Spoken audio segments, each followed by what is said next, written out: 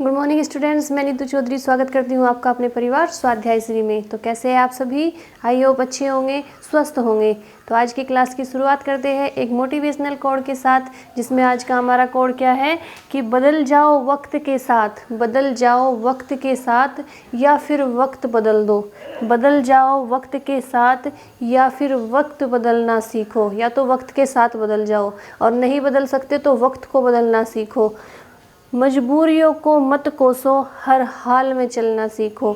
मजबूरियों को मत कोसो, ये मत बनाओ, बहाने मत बनाओ, मजबूरियाँ मत बनाओ, बस चलते रहो। हर हाल में क्या करना है? चलते रहना है। एक बार फिर से रिपीट कर देते हैं कि बदल जाओ वक्त के साथ, बदल जाओ वक्त के साथ या फिर वक्त बदलना सीखो। मजबूरियों को मत कोसो, हर हाल में चलना सीखो। तो इसी के साथ आज की क्लास की शुरुआत करते हैं, जिसमें हमारा टॉपिक क्या चला हुआ है? विकास। विकास में क्या करेंगे? क्या पढ़ा था हमने? विकास की परिभाषा पढ़ी थी, विकास के रूप पढ़े थे, विकास के सिद्धांत पढ़े थे। आज हम क्या पढ़ेंगे इस चैप्टर में? आज हम पढ़ेंगे वंशानुक्रम एवं वातावरण का प्रभाव। विकास जो होता है उसका उस पर वंशानुक्रम और वातावरण का प्रभाव कैसे पड़ता है। ठीक है, तो एक पेन और कॉपी लेके बैठेंगे और मेरे साथ साथ नोट डाउन करते हुए चलेंगे। मैंने लिखा इसलिए है क्योंकि लिखने में बहुत ज़्यादा टाइम लगता है और फिर मुश्किल से 4-5 पॉइंट या 10 पॉइंट ही हो पाते हैं। तो आप क्या करेंगे? फटाफट से मेरे साथ साथ नोट डाउन करते हुए चलेंगे। तो वंशानुक्रम को डिफाइन किसने किया है? किसके अनुसार लिखेंगे इसकी परिभाषा? जेम्स ड्रेवर के अनुसार लिखेंगे। जेम्स ड्रेवर के अनुसार वंशानुक्रम है। वंशानुक्रम तो आप सभी समझते हो ना कि माता पिता के गुण बच्चों में आना, है ना। वंशानुक्रम यही तो होता है कि माता पिता के गुणों का अपने बच्चों में आना, बच्चों में हस्तांतरण होना क्या कहलाता है? गुण वंशानुक्रम कहलाता है। ठीक है, लेकिन इनके जेम्स ड्रेवर ने, रूथ बेनेडिक्ट ने, B.N. झा ने, ठीक है, B.N. राव है ये, सॉरी, B.N. राव ने, ठीक है, इनकी परिभाषाएं कैसे कैसे दी है तो आप साथ साथ नोट डाउन करते हुए चलेंगे, मैं आपको बताती हुई चलूँगी। तो जेम्स ड्रेवर ने क्या परिभाषा दी है कि शारीरिक तथा मानसिक विशेषताओं का माता पिता से संतानों में हस्तांतरण होना क्या कहलाता है? वंशानुक्रम कहलाता है। शारीरिक तथा मानसिक विशेषताएं मतलब या तो शारीरिक विशेषताएं जैसे हमारा चेहरा हमारे पापा पे हो जाना, हमारी मम्मी पे हो जाना, जैसे हमारी कद काठी हमारे माता पिता पे हो जाना। अगर हमारे पापा लंबे हैं तो हम भी लंबे हो जाएंगे। अगर हमारी मम्मी छोटी है तो हम भी छोटे हो जाएंगे। तो शारीरिक विशेषताएं तो ये होती है। ठीक है, मतलब उनके हिसाब से। कभी कभी आपने देखा होगा ना, जैसे माँ बेटा या माँ बेटी या पिता बेटी, पापा बेटी, या क्या होते हैं, बेटा और पापा बिल्कुल सेम शक्ल के होते हैं। सेम आप मतलब जब वो बड़े हो जाते हैं तो आप देख के भी उन्हें बोलते हैं कि भाई भाई लगते हैं। ठीक है, तो आपने देखा होगा ना ज़्यादातर कि माँ बेटी तो ज़्यादातर सेम शक्ल की होती है। ठीक है, तो जो शारीरिक विशेषताएं क्या होती है? वही शारीरिक विशेषताएं कि अपने माता पिता के उनके शरीर का आकार, उनका चेहरा, उनके चलने का ढंग, मतलब ऐसी विशेषताएं माँ बाप की अपने बच्चों में आ जाना, वो क्या होती है? शारीरिक विशेषताएं होती है। और मानसिक विशेषताएं क्या होती है? मतलब जैसे आपके पापा है वो बहुत इंटेलिजेंट है, उनका दिमाग बहुत तेज़ी से कैच करता है सारी चीज़ों को, बहुत जल्दी से याद कर लेता है, उनकी मेमोरी पावर अच्छी है। और फिर अगर उनका बच्चा होता है या तो उसकी भी मेमोरी पावर बहुत अच्छी होती है, उसका भी याद करने का तरीका बहुत अच्छा होता है, वो भी बहुत जल्दी से सारी चीज़ों को सीख लेता है। तो बोलते हैं ना कि अपने पापा पे गए हैं, है ना। तो मानसिक विशेषताएं क्या होती है कि जैसा दिमाग अपने माता पिता का हो ऐसा ही बच्चों का होना, वो क्या होती है? मानसिक विशेषताएं होती है। और उनका हस्तांतरण होना, यानी अपने पापा के जो गुण थे वो बेटी में आ जाना या बेटे में आ जाना, माता के जो गुण थे वो बेटी में आ जाना या बेटे में आ जाना, वो क्या होते हैं? वो वंशानुक्रम होते हैं। तो शारीरिक और मानसिक विशेषताएं समझ में आई क्या होते हैं कि जो बच्चों की शारीरिक और मानसिक विशेषताओं में जो गुण होते हैं, जब मैंने बताया ना अभी आपको कौन कौन से गुण, तो उनका जो उन गुणों का अपने माता पिता से संतानों में, अपने बच्चों में आ जाना क्या कहलाता है? वंशानुक्रम कहलाता है। ठीक है, नेक्स्ट क्या है? नेक्स्ट कौन से राइटर ने लिखा है, कौन से वैज्ञानिक ने लिखा है? रूथ बेनेडिक्ट ने। रूथ बेनेडिक्ट के अनुसार वंशानुक्रम क्या है? मैं साइड हो जाती हूँ, आप नोट डाउन करते हुए चलेंगे। तो रूथ बेनेडिक्ट के अनुसार क्या है वंशानुक्रम? कि वंशानुक्रम माता पिता से संतानों में प्राप्त होने वाला गुण है। इन्होंने भी यही बोला सेम कि वंशानुक्रम क्या है? कि जो माता पिता से अपने बच्चों के अंदर आए, फिर उन बच्चों से उनके बच्चों के अंदर जाए, तो वो क्या होता है? एक तरफ से वंशानुक्रम होता रहता है। अपने माता पिता के गुणों का संतानों में आना क्या कहलाता है? वंशानुक्रम कहलाता है। फिर BN राव ने भी डिफाइन किया है। इनके अनुसार क्या है? इन्होंने क्या माना है वंशानुक्रम को? इन्होंने कहा है कि वंशानुक्रम व्यक्ति की जन्मजात विशेषताओं का पूर्ण योग है। इन्होंने क्या बोला है? इन्होंने थोड़ा अलग बोला है कि जो वंशानुक्रम है वो व्यक्ति की जन्मजात विशेषताओं का पूर्ण योग है। मतलब जो जन्म से ही उसके अंदर विशेषताएं हैं, उनका संपूर्ण योग क्या है? उनका संपूर्ण योग क्या है? वंशानुक्रम है। इनके अनुसार क्या है कि वंशानुक्रम व्यक्ति की जन्मजात विशेषताओं का संपूर्ण योग है। ठीक है, ये क्या हो गई? 3 परिभाषाएं हो गई। मैंने ज़्यादा यहाँ पे नहीं लिखी, बहुत सारी परिभाषाएं हैं, लेकिन हमें क्या लिखनी है? मेन लिखना है, नोट्स बनाते हुए चलना है। मेन परिभाषाएं जो हमें लगता है कि ये एग्जाम्स में पूछी जा सकती है, ठीक है, वो हमें यहाँ पे नोट डाउन करनी है और अच्छे से अपने टॉपिक को क्लियर करते हुए चलना है। ठीक है, ये आप फटाफट से नोट डाउन करेंगे। वंशानुक्रम एवं वातावरण का प्रभाव। अब वंशानुक्रम और वातावरण का व्यक्तित्व पर क्या प्रभाव होता है ये देखेंगे इसके बाद। ठीक है, तो व्यक्तित्व पर प्रभाव, वंशानुक्रम का प्रभाव क्या होता है? वंशानुक्रम मैंने आपको बता ही दिया, अपने माँ बाप के गुणों का बच्चों में आना वंशानुक्रम होता है। लेकिन उस पर, उसके व्यक्तित्व पर उससे क्या प्रभाव पड़ता है, ये हम एक एक करके डिफाइन करते हुए चलेंगे। फिर ये देखेंगे कि वातावरण का क्या प्रभाव पड़ता है। अब जैसे वातावरण में रहेगा वंशानुक्रम, तो मैंने आपको बता ही दिया कि वंशानुक्रम क्या है? माता पिता के गुणों का बच्चों में आना। लेकिन वातावरण का क्या प्रभाव पड़ता है?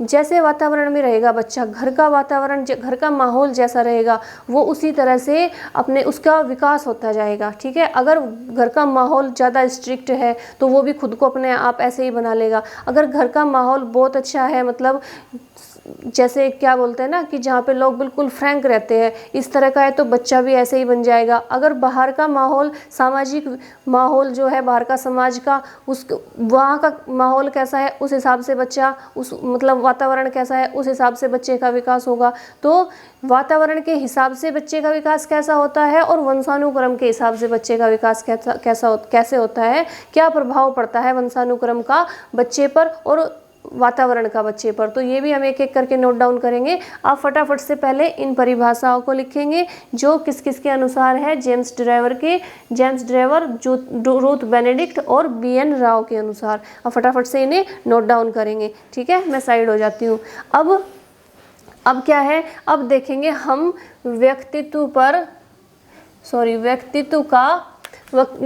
वंशानुक्रम का क्या प्रभाव पड़ता है। सबसे पहले हेडिंग डालेंगे व्यक्तित्व पर वंशानुक्रम का प्रभाव, मतलब एक बालक के विकास पर उसके वंशानुक्रम से कैसा प्रभाव पड़ता है। ठीक है, तो सबसे पहला पॉइंट क्या है हमारा, शारीरिक विकास पर प्रभाव। सबसे पहले क्या लिखेंगे कि शारीरिक विकास पर क्या प्रभाव पड़ता है, हमारे शरीर पर, शारीरिक क्रियाओं पर क्या प्रभाव पड़ता है वंशानुक्रम का।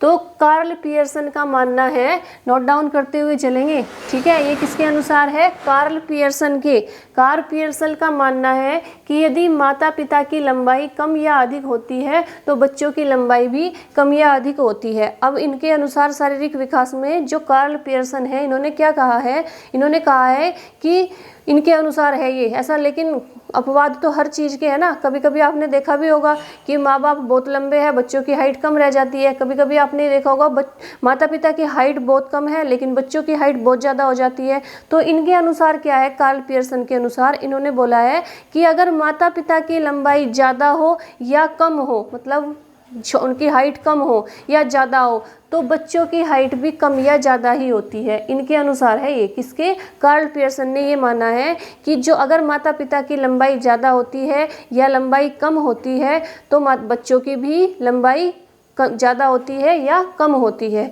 ठीक है, कार्ल पियर्सन ने क्या बोला है, शारीरिक विकास के बारे में बोला है कि अगर माता पिता की लंबाई ज़्यादा होगी तो बच्चों की लंबाई भी ज़्यादा होगी, अगर माता पिता की लंबाई कम होगी तो बच्चों की लंबाई भी कम होगी। ठीक है, दूसरा क्या है, व्यक्तित्व पर वंशानुक्रम का प्रभाव। दूसरा है मूल शक्तियों पर प्रभाव। मूल शक्तियों पर कैसे प्रभाव पड़ता है, तो इसमें किसके अनुसार है, किसने कहा है, थॉर्नडाइक ने। फटाफट से एक एक को नोट डाउन करते हुए चलेंगे, बहुत इंपॉर्टेंट है सारी चीज़ें। ठीक है, थॉर्नडाइक ने क्या कहा है, उनका क्या मानना था, उनका क्या विचार था कि बालक की मूल शक्तियाँ वंशानुक्रम पर निर्भर करती है। उनका मतलब था कि जो बालक की मूल शक्तियाँ होती है, जो पहले से ही उसके अंदर शक्तियाँ होती है, ऊर्जा होती है, वो किस पर निर्भर करती है, वंशानुक्रम पर। मतलब वो वंशानुक्रम के कारण निर्भर होती है कि जो माँ बाप के अंदर है वही अपने बच्चों के अंदर होगा। तो थॉर्नडाइक ने क्या बोला था कि जो बालक की मूल शक्तियाँ है, पहले से ही उसमें जो विद्यमान शक्तियाँ है वो किसके कारण है, वो वंशानुक्रम के कारण है। अगला है कि व्यक्तित्व पर वंशानुक्रम का प्रभाव। तीसरे नंबर पर कौन सा है, बुद्धि पर प्रभाव। बुद्धि पर कैसे प्रभाव पड़ता है, तो इसमें किसने लिखा है, गार्डड के अनुसार। गार्डड ने क्या बोला है, इन वैज्ञानिकों के नाम अच्छे से नोट डाउन करते हुए चलेंगे, अपनी कॉपी में ऐसे ही नोट्स बनाते हुए चलेंगे। और मैं इस बात की गारंटी लेती हूँ कि इससे बाहर कुछ नहीं आएगा। जितना कोर्स मैं कंप्लीट करा दूंगी उससे बाहर पेपर में कुछ नहीं आएगा। आपको क्या करना है, नोट्स बनाने हैं, डेली रिवीजन करना है। अगर आप अगली क्लास का नोट्स बनाते हैं तो पिछली वाली क्लास को रिवीजन करके, उसे याद करके, आपको हमेशा पिछले वाला रिवाइज करते हुए चलना है। जिस दिन आप लास्ट वाले चैप्टर पे पहुंच जाओगे उस दिन आप देखना कि पिछले वाले चैप्टर कितने क्लियर हो चुके होंगे। आप क्वेश्चन देखते ही आंसर लगा दोगे। ठीक है, तो आपको नोट्स जरूर बनाने हैं, हाथ से लिख लिख के नोट्स बनाने हैं। ठीक है, ये नहीं कि बैठ के वीडियो देख ली और हो गई पढ़ाई। वीडियो देखने से नहीं होती पढ़ाई, हाथ से जब तक नोट्स नहीं बनाओगे तब तक उसे याद नहीं करोगे, रिवीजन नहीं करोगे, डेली रिवीजन करना है, तब तक पढ़ाई नहीं होती, तब तक कोई भी पेपर क्लियर नहीं होता। ठीक है, तो बुद्धि पर प्रभाव में किसका विचार है,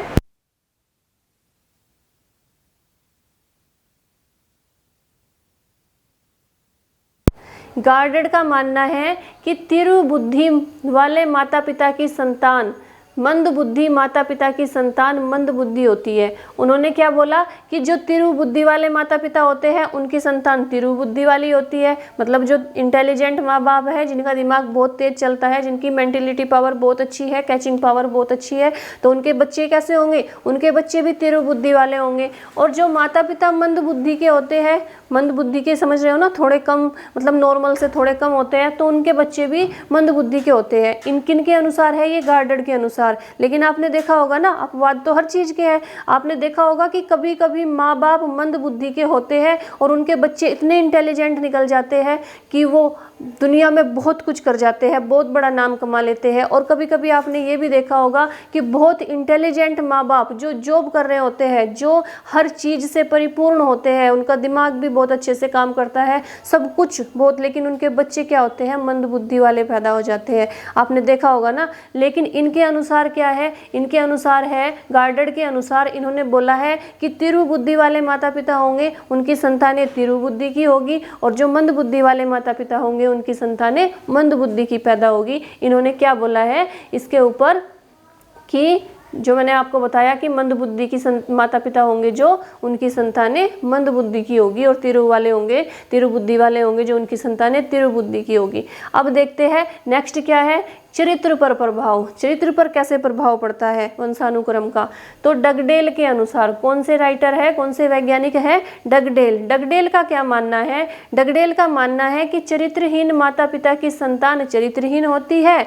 उसने यह बात, और जो अच्छे माता पिता होते हैं जिनका कैरेक्टर अच्छा होता है उनकी संतान अच्छे कैरेक्टर की होती है, इन्होंने ये बोला है। उन्होंने कहाँ से अध्ययन किया इस चीज़ का, उन्होंने यह बात ज्यूक के वंशजों का अध्ययन करके पढ़ी, सिद्ध की। मतलब ज्यूक के जो वंशज थे उसका इन्होंने अध्ययन किया, और उसमें क्या दिखाया गया, उस अध्ययन के बाद इन्हें क्या पता चला कि जिन माँ बाप का कैरेक्टर अच्छा नहीं होता, चरित्र अच्छा नहीं होता, उनके बच्चे भी ऐसे ही होते हैं। ठीक है, लेकिन ऐसा वही बात है, अपवाद तो हर चीज़ के है ना। आपने देखा होगा कि कुछ बच्चे, माँ बाप इतने अच्छे होते हैं और उनके बच्चों के कैरेक्टर इतने ज़्यादा खराब हो जाते हैं कि वो अपने माँ बाप का नाम भी डुबो देते हैं। लेकिन कुछ माँ बाप ऐसे होते हैं, माँ बाप भी ऐसे होते हैं, ऐसा नहीं कि माँ बाप ही अच्छे होते हैं और बच्चे ही बेकार होते हैं। कुछ माँ बाप भी ऐसे होते हैं जिनका कैरेक्टर अच्छा नहीं होता, लेकिन उनके बच्चों का समाज में एक स्टेटस होता है, ठीक है। वो अपने आप को इस लायक बनाते हैं कि लोग बोलते हैं कि हाँ इसका कैरेक्टर कितना अच्छा है, इसका चरित्र कितना अच्छा है, ठीक है। तो इनके डगडेल ने क्या बोला है कि जो चरित्रहीन माता पिता होंगे उनके जो बच्चे होंगे, उनकी जो संतान होगी वंशानुक्रम के हिसाब से वो चरित्रहीन ही होगी, और जिनका कैरेक्टर अच्छा होगा उनके बच्चों का कैरेक्टर भी अच्छा होगा। और इन्होंने ये कहाँ से अध्ययन करके बात सिद्ध की है? इन्होंने ये ज्यूक के जो वंशज थे उन पर अध्ययन किया और उसके बाद यह बात सिद्ध की थी, ठीक है। नेक्स्ट पॉइंट क्या है हमारा? सामाजिक पहलू पर प्रभाव। वंशानुक्रम का सामाजिक पहलू पर कैसे प्रभाव पड़ता है? तो विनसिप का कथन है, विनसिप वैज्ञानिक है, इनका कथन है कि गुणवान और प्रतिष्ठावान माता पिता की संतान प्रतिष्ठा प्राप्त करती है। इन्होंने बोला कि जिनके माँ बाप गुणवान होते हैं, प्रतिष्ठावान होते हैं, उनके जो बच्चे होते हैं वो क्या करते हैं? प्रतिष्ठा प्राप्त करते हैं। मतलब कहने का मतलब वही है सेम कि जो गुणवान और प्रतिष्ठावान होंगे उनके बच्चे क्या होंगे? प्रतिष्ठावान और गुणवान ही बनेंगे वंशानुक्रम के हिसाब से। तो ये किसने बोला है? विनसिप ने बोला है। नेक्स्ट क्या है कि व्यावसायिक कुशलता पर प्रभाव। व्यावसायिक कुशलता पर क्या प्रभाव पड़ता है? व्यावसायिक कुशलता पर प्रभाव ये किसने बोला है? कैटल के अनुसार क्या है कि व्यवहारिक कुशलता मुख्य रूप से वंशानुक्रम पर निर्भर करती है, ठीक है। व्यवहारिक कुशलता मतलब वो व्यवहार में कितना कुशल है बच्चा, उसका व्यवहार कितना अच्छा है, ये किस पर निर्भर करता है? ये वंशानुक्रम पर निर्भर करता है। ये किसने बोला? ये बोला कैटल ने। ये व्यावसायिक नहीं है, व्यवहारिक है, सॉरी गलत लिखा हुआ है, व्यवहारिक है, ठीक है। इसे व्यवहारिक कर लेंगे, व्यवहारिक कुशलता, ठीक है। तो जो व्यवहारिक कुशलता है उस पर मतलब जो बच्चे का व्यवहार है, वो अपने व्यवहार में कितना कुशल है, वो कितना चतुर है, कितना कुशल है, उसका व्यवहार कितना अच्छा है, ये किस पर निर्भर करता है? उसके माँ बाप पर। अगर उसके माँ बाप का व्यवहार अच्छा है, इनके अनुसार, कैटल के अनुसार, कि अगर उसके माँ बाप का व्यवहार अच्छा है तो बच्चों का भी व्यवहार अच्छा होगा। अगर माता पिता का व्यवहार अच्छा है तो बच्चों का भी व्यवहार अच्छा होगा। ये किसने बोला है? कैटल के अनुसार है, ये कैटल ने बोला है। लास्ट क्या है कि महानता पर प्रभाव। अगर आपको ये दिखाई नहीं दे रहा होगा तो मैं आपको ऐसे बता देती हूँ, लास्ट लिखेंगे महानता पर प्रभाव। ये किसके अनुसार? गाल्टन के अनुसार। गाल्टन ने क्या बोला है कि व्यक्ति की महानता का कारण उसका वंशानुक्रम है। इनके अनुसार क्या है? क्या नाम है इनका? गाल्टन लिखेंगे।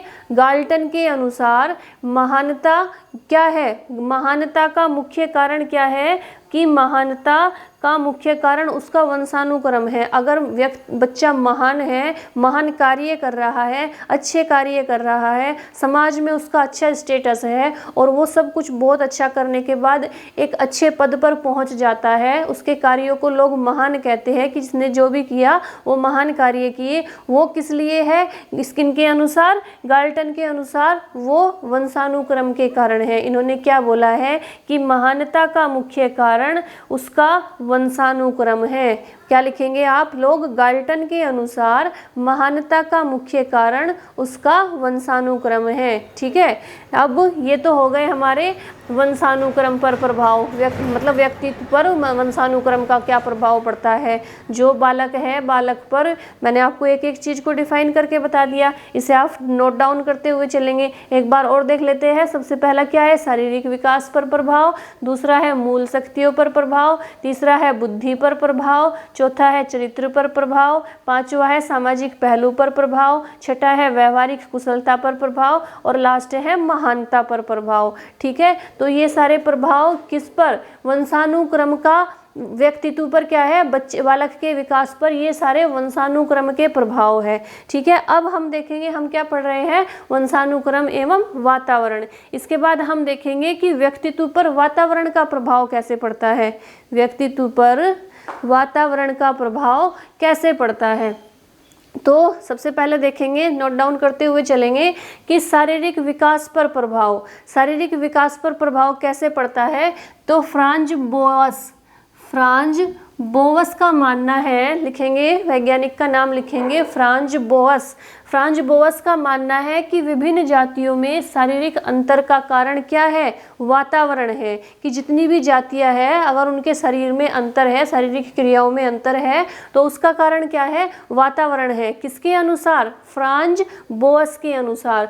जो जापानी और यहूदी अमेरिका में निवास कर रहे हैं उनकी लंबाई भौतिक वातावरण के कारण बढ़ गई है। इनका मानना यह है कि वातावरण से ही क्या होता है, बालक का विकास होता है। इन्होंने ये माना कि जो जापानी और यहूदी अमेरिका में बसे हुए थे उनकी हाइट छोटी होती है ना, जापानियों की और यहूदियों की, तो उनकी लंबाई भौतिक वातावरण के कारण बढ़ गई। इनका मानना ये है कि जो यहूदी और जापानी अमेरिका में निवास कर रहे हैं, अगर वो जापान में अमेरिका में होते, वो यहूदी जापानी जापान में होते तो क्या होता, उनकी हाइट कम होती। लेकिन वो रह रहे हैं कहाँ पे, अमेरिका में, तो उस अमेरिका के वातावरण के कारण क्या हुआ, उनकी लंबाई बढ़ गई। इनका मानना क्या है कि जो विभिन्न जातियां हैं, मतलब व्यक्ति के व्यक्तित्व पर प्रभाव वातावरण से पड़ता है कि वहाँ का वातावरण कैसा है, इसीलिए उसी के अनुसार उसका व्यक्तित्व हो जाता है। इनके अनुसार क्या है कि जो विभिन्न जातियों का शारीरिक अंतर का कारण है, जो बहुत सारी अनेक जातियां हैं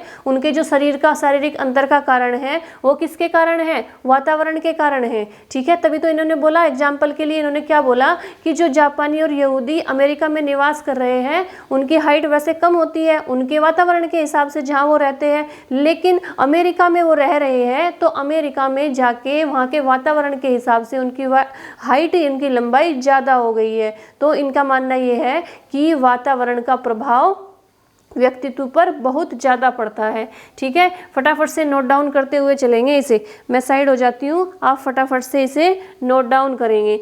दूसरा क्या है, दूसरा है बौद्धिक विकास पर प्रभाव। बौद्धिक विकास पर प्रभाव का क्या मतलब है कि जैसे बुद्धि का विकास मतलब कैसे होता है, जैसे उचित वातावरण मिलने से बौद्धिक विकास की गति तेज हो जाती है। किसने कहा है ये, कि जैसा वातावरण होगा, मतलब अगर बाहर का वातावरण अच्छा होगा तो हमारा बौद्धिक विकास अच्छा होगा, अगर परिवार का वातावरण अच्छा होगा तो हमारा बौद्धिक विकास अच्छा होगा। अगर बाहर का वातावरण मतलब कैसा वातावरण, जो बच्चे को बिगाड़ने वाला हो, जो बच्चे को मतलब गलत शिक्षाएं देने वाला हो, तो बच्चा क्या करेगा, उस वातावरण में रहकर अपन खुद को भी ऐसा ही बना लेगा जिस वातावरण में वो रहेगा। अगर परिवार का माहौल अच्छा नहीं है तो बच्चा उस वातावरण में रहेगा तो बच्चा भी किस तरह का बन जाएगा, उसी तरह का बन जाएगा जिस तरह का परिवार का माहौल है। अगर परिवार का माहौल बहुत अच्छा है, बहुत डिसिप्लिन वाला है, तो बच्चा भी खुद से उसी तरह अनुशासनों का पालन करने वाला बन जाएगा, अपने आप को ऐसा ही बना लेगा। तो बौद्धिक विकास पर प्रभाव क्या पड़ता है कि जैसे वातावरण में रहेगा उसकी बुद्धि पर वैसा ही प्रभाव पड़ेगा, वो बालक अपने आप को वैसा ही बनाने लगेगा। मतलब क्या है, अगर समाज का वातावरण अच्छा है तो उस पर प्रभाव पड़ेगा, अगर परिवार का वातावरण अच्छा है तो बच्चे पर प्रभाव पड़ेगा। तो वो किस तरह से ढलेगा, उसी वातावरण के अनुरूप ढलना शुरू हो जाएगा और उसका बौद्धिक विकास कैसा होना शुरू हो जाएगा, उसी वातावरण के जैसा वातावरण उसके चारों तरफ है उसी वातावरण के अनुसार उसका बौद्धिक विकास होना शुरू हो जाएगा। ठीक है, फटाफट से इसे नोट डाउन करेंगे। नेक्स्ट क्या है, जुड़वा बच्चों पर प्रभाव। जुड़वा बच्चों पर प्रभाव कैसे पड़ता है, जुड़वा बच्चों को अलग अलग वातावरण में रखने पर उनकी शारीरिक, मानसिक और शैक्षणिक योग्यताओं में अत्यधिक असमानता पाई जाती है। आपने देखा होगा कि दो बच्चे हैं, मान लीजिए जुड़वा बच्चे हैं, तो उन दोनों को अलग अलग वातावरण में छोड़ दीजिए, एक को आप अमेरिका में छोड़ दीजिए, एक को आप इंडिया में छोड़ दीजिए। ठीक है, और कुछ समय बाद उन्हें दोनों को लेके आइए, तो वो किस हिसाब से उन्होंने अपने आप को तैयार किया होगा, मतलब उस बच्चे का विकास किस हिसाब से हुआ होगा, वातावरण के हिसाब से हुआ होगा। वो जो बच्चा होगा अमेरिका में रहने वाला, वो बिल्कुल अमेरिकी बन चुका होगा। ठीक है, क्योंकि वो वहाँ के वातावरण के अनुरूप उसने अपने आप को ढाल लिया होगा। जो इंडियन होगा वो बिल्कुल इंडियन बन चुका होगा, क्योंकि वो वहाँ के वातावरण के अनुरूप क्या होगा, उसने उसने अपने आप को ढाल लिया होगा। तो जुड़वा बच्चों पर प्रभाव कैसे पड़ता है कि बच्चा जिस वातावरण में रहेगा, अब इसमें वंशानुक्रम हट गया ना, वंशानुक्रम कैसे हट गया कि अगर वो माता पिता के गुण दोनों बच्चों में थे तो बच्चा कहीं भी रह सकता था, लेकिन वो गुण चेंज होने वाले नहीं थे। लेकिन अगर ये वातावरण के प्रभाव पे आ गए कि बच्चे को अगर अमेरिका के वातावरण में रखेंगे तो वो अमेरिका के अनुसार अपने आप को ढाल लेगा, अगर उसे इंडिया के वातावरण में रखेंगे तो वो इंडिया के अनुसार अपने आप को ढाल लेगा। तो जुड़वा बच्चों पर ये प्रभाव पड़ता है। आपको अच्छे से समझ आ गया होगा। नेक्स्ट क्या है, अनाथ बच्चों पर प्रभाव। अनाथ बच्चों पर प्रभाव कैसे पड़ता है कि जिन अनाथ बच्चों को अनाथालयों में उचित वातावरण दिया जाता है वे समग्र रूप से अपने माता पिता से अच्छे सिद्ध हो जाते हैं। बिल्कुल सही बात है कि जैसे अनाथालय में कौन बच्चे जाते हैं, या तो किसी का परिवार खत्म हो गया हो उन्हें छोड़ देते हैं, या जो अपने बच्चों का पालन पोषण नहीं कर पाते वो अनाथालय में छोड़ देते हैं। ठीक है, तो क्या मतलब एक तरह से क्या बोल सकते हैं कि माता पिता में कहीं ना कुछ कमी होती है, तभी तो बच्चों को अनाथालय में छोड़ा जाता है। तो इनका कहने का मतलब है कि अनाथ बच्चों पर प्रभाव कैसे पड़ता है कि आपने देखा होगा कि कुछ बच्चे अनाथ आश्रम में रहने वाले बच्चे भी बहुत बड़ी बड़ी पोस्ट पर पहुंच जाते हैं, बहुत कामयाब इंसान बन जाते हैं। इतने गुण होते हैं उनके अंदर कि जब पता चलता है ना कि ये अनाथ आश्रम से पड़ा हुआ है तो लोगों की आंखें फटी हुई रह जाती है। तो उसमें कहाँ माँ बाप के गुण हुए, कहाँ रहे उसमें माँ बाप के वंशानुक्रम, कहाँ रहा उसमें यार, उसमें वंशानुक्रम नहीं रहा ना। तो उसमें क्या हुआ, वातावरण का प्रभाव पड़ा। वो जिस वातावरण में रहा, अगर अनाथालय का वातावरण बहुत अच्छा है, बच्चे को बहुत अच्छी शिक्षाएं मिलती है, बच्चे को आगे बढ़ने के लिए प्रेरित करता है अनाथालय का वातावरण, तो क्या होगा कि बच्चे का विकास भी उसी तरह से होगा। तो उसमें वंशानुक्रम नहीं रहा ना, तो बच्चा जिस तरह के वातावरण में रहेगा उसी तरह से अपने आप को ढाल लेगा। आपने यही देखा होगा कि बहुत से बच्चे ऐसे होते हैं जो अनाथालय में रह के भी बहुत ऊंचे पद पर पहुंचते हैं, उनका जो विकास होता है वो बहुत अच्छे से होता है, मतलब अपने माता पिता से कहीं ज़्यादा बेस्ट करते हैं वो बच्चे जो अनाथालय में रहते हैं, अनाथालय के वातावरण के अनुसार। ठीक है, ये बात चीज़ डिपेंड किस पे करती है कि वहाँ का वातावरण कैसा है, अनाथालय का वातावरण कैसा। अगर अनाथालय का वातावरण अच्छा नहीं है तो बच्चे भी ऐसे ही बनेंगे। ठीक है, लेकिन अगर वातावरण अच्छा है तो बच्चे भी अच्छे ही बनेंगे, अपने माँ बाप से बेस्ट बनेंगे। नेक्स्ट क्या है कि विभिन्न जातियों पर प्रभाव। फटाफट से नोट डाउन कीजिए इसे। विभिन्न जातियों पर कैसे प्रभाव पड़ता है कि जैसे जातियों की बौद्धिक श्रेष्ठता का कारण वंशानुक्रम न होकर क्या होता है, वातावरण होता है। जैसे अमेरिका के कुछ गोरे और निग्रो लोगों की बुद्धि परीक्षा सिद्ध की गई। क्या हुआ कि अमेरिका तथा कुछ थे गोरे और निग्रो लोग। अन्य विद्वानों का विचार है कि निग्रो जाति का बुद्धि स्तर निम्न है क्योंकि अमेरिका की श्वेत जाति के समान सामाजिक, सांस्कृतिक और आर्थिक शैक्षिक वातावरण प्राप्त नहीं है। कुछ जैसे अमेरिका के कुछ गोरे और निग्रो लोग थे, उन पर बुद्धि परीक्षा द्वारा सिद्ध किया गया कि क्या सिद्ध किया गया कि अमेरिका की जो श्वेत जाति के समान अमेरिका की जो श्वेत जाति के समान सांस्कृतिक, सामाजिक, आर्थिक, शैक्षिक वातावरण प्राप्त नहीं कर पाए। मतलब कहने का मतलब ये है कि जो विभिन्न जातियों के लोग हैं, जैसे उन पर क्या प्रभाव पड़ता है कि अगर कुछ व्यक्तियों को अमेरिका में रखा जाए, कुछ को इंडिया में रखा जाए, तो उन पर क्या प्रभाव पड़ेगा, उन पर वातावरण का प्रभाव पड़ेगा। वो उसी हिसाब से अपने आप को ढाल लेंगे। ठीक है, लास्ट क्या है, समूचे व्यक्तित्व पर प्रभाव। समूचे व्यक्तित्व पर प्रभाव से क्या अर्थ है कि कई जैसे अच्छे वातावरण में रहकर व्यक्तित्व का निर्माण करके महान बन जाता है। व्यक्ति का चरित्र काफ़ी सीमा तक वातावरण पर ही निर्भर करता है। बिल्कुल सही बात है, मैंने अभी आपको बताया ना कि जो व्यक्ति है, जो बालक है, उसका जो विकास है वो किस पर निर्भर करता है, वातावरण पर निर्भर करता है। तो समूचे व्यक्तित्व मतलब संपूर्ण व्यक्तित्व पर जो प्रभाव पड़ता है वो किसका पड़ता है, वातावरण का पड़ता है। आप जैसी संगत में रहोगे वैसे ही बन जाओगे, वही है वातावरण। आप जिस तरह के वातावरण में रहोगे आप उसी तरह के बन जाओगे। ठीक है। तो वातावरण का व्यक्तित्व पर कितना प्रभाव पड़ता है? जिस तरह के वातावरण में व्यक्ति रहेगा उसी तरह से व्यक्ति का विकास होना शुरू हो जाएगा, ठीक है। तो आज ये क्या पढ़ा हमने? व्यक्तित्व पर वंशानुक्रम का प्रभाव और व्यक्तित्व पर वातावरण का प्रभाव। ये हमारा कौन सा टॉपिक क्लियर हुआ? वंशानुक्रम एवं वातावरण का प्रभाव। तो आज के लिए इतना ही रखेंगे, कल की क्लास में फिर मिलते हैं नेक्स्ट टॉपिक के साथ। आज के लिए इतना ही, धन्यवाद। और वीडियो को क्या करना है? शेयर करना है, लाइक करना है और चैनल को सब्सक्राइब करना है। आज के लिए इतना ही रखेंगे, धन्यवाद। जय हिंद, जय भारत।